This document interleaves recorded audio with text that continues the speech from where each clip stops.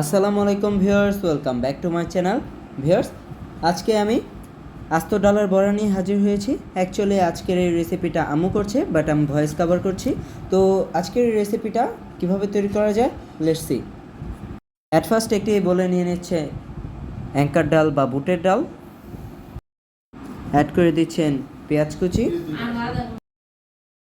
Add করে নিচ্ছেন পুদিনা পাতা কুচি, অ্যাড করে নেব কুমড়া পাতা কুচি। আপনার চাইলে এখানে অন্য কোনো শাকও নিতে পারেন। দিয়ে দেব বেসন, দেন এখানে অ্যাড করে নেব স্বাদ অনুযায়ী লবণ, অ্যাড করে নেব আদা রসুনের পেস্ট, দিয়ে দেব হলুদ গুঁড়া ও মরিচ গুঁড়া, অ্যাড করে নেব কাঁচামরিচ কুচি। এখন ভিউয়ার্স, এই ইনগ্রেডিয়েন্টসগুলোকে ভালো করে মিশিয়ে নেব, প্রয়োজন পড়লে পানি দেব। চুলায় একটি প্যান বসিয়ে তেল গরম করে নিয়েছি। এখন এখানে এই বড়াগুলো একে একে দিয়ে দেব।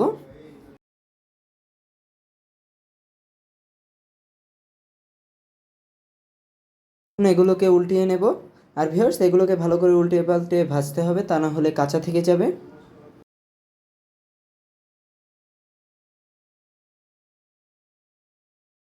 এখন ভিউয়ার্স, এগুলোকে আমি নামিয়ে নেব। এগুলো ভাজা হয়ে গেছে। একইভাবে ভিউয়ার্স আমি আরও তৈরি করে নিচ্ছি। সো ভিউয়ার্স, তৈরি হয়ে গেল আমাদের এই মজাদার আস্ত ডালের বড়াটা।